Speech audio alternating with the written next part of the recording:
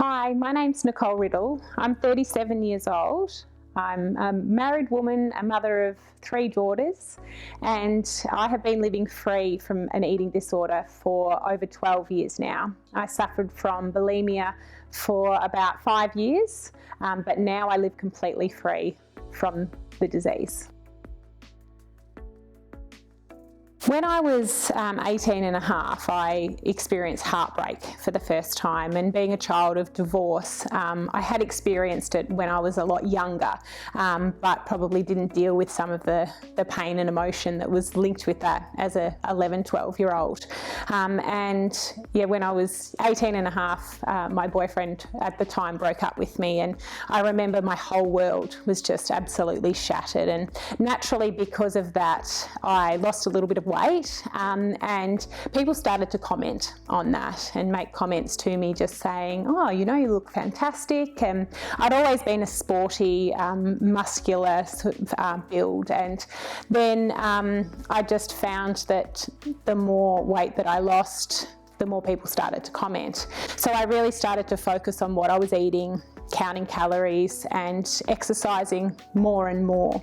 And as I did that, lots of things changed, and one of them even included my ex-boyfriend wanting to get back together and lots of things like that. But I found that I was able to control something in my life, and it just made me feel really good.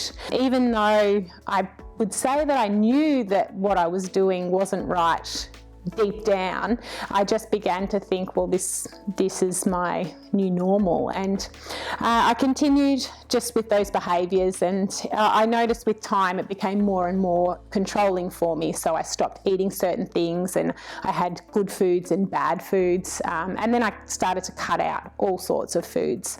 Even became vegetarian for quite a while, thinking that meat had fat in it, so I wouldn't eat that anymore. And after a little while, I then discovered I used to go through not eating all 6 days of the week, and then on Sundays I was able to have a eat whatever you want day.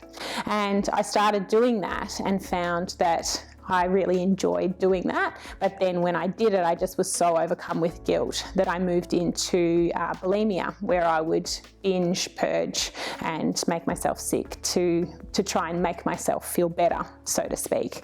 And this is where I stayed for some time, probably close to 2 years without actually realising I even had a problem. Even though I say deep down now, I look back, I felt like it wasn't right. In my mind, I was just believing and telling myself that what I was doing was completely normal. And I was also living with someone that was doing the same thing that I was. She also was suffering the same way that I was. So it really normalised the behaviour, and it meant that anytime I doubted things, I'd say, well, she's doing it as well. So it just made things feel a lot more normal. It wasn't actually until I was living overseas, and I just got to a point where I just thought, this isn't normal. Here I am, I think I was traveling through Europe. I was on a 6-week tour, and everything that I was doing was just focused on food. Like, I was in Paris, and I didn't care that I was in Paris. I was just caring about what I was eating and then how I would make myself sick, basically to try and purge, you know, anything that I'd eaten. And it was at a point for me where, you know, I would just have days of not even wanting to go anywhere. I would just want to stay in that environment, and it was just a really, really dark time, and it completely consumed my life. It just became everything for me, everything that I was doing. And it was just before I turned 21, I just was with a friend, and we were in London, and I turned around and she'd been questioning some of my behaviour, and I turned around and I just said to her, I think I have an eating disorder.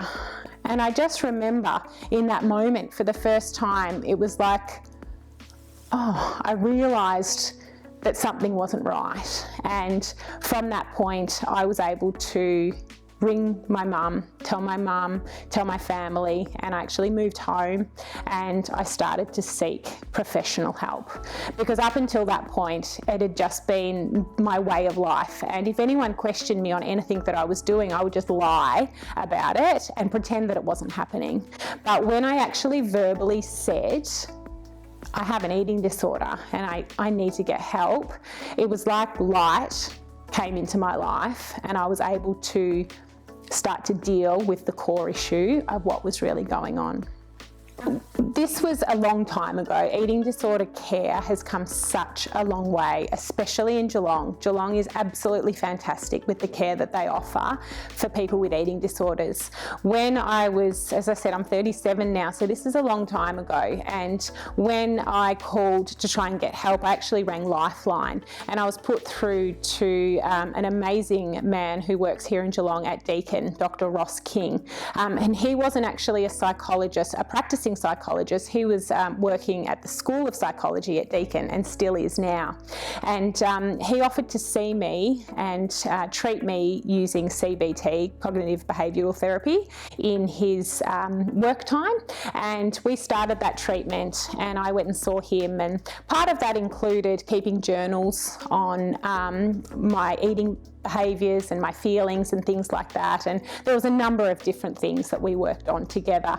Things that I would say now I still use in different ways, not necessarily just with food. I just found it was the right fit for me to recover. I also had a counsellor. I had an amazing counsellor, and I had both, and they both actually filled different things for me. It wasn't a matter of thinking that I needed one, but I'm a very determined person and I just wanted to get my life back. And I knew if I wanted to get my life back, I was going to have to work at retraining my mind to start believing the truth rather than the lies.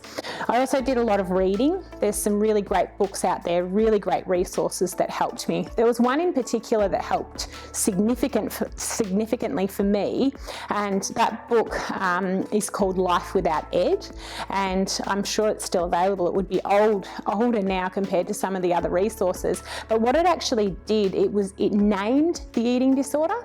So I was able to start to speak back to this voice that was speaking to me, telling me to do things. So that's exactly what I started to do. So for example, I would have an urge to go and binge, and I would actually pull over the car and just say, no, I'm not doing this, and I would find distractions and things like that. So I started to pick up different skills from my psychologist, my counsellor, my book, different books and things like that, I just started to have really small wins.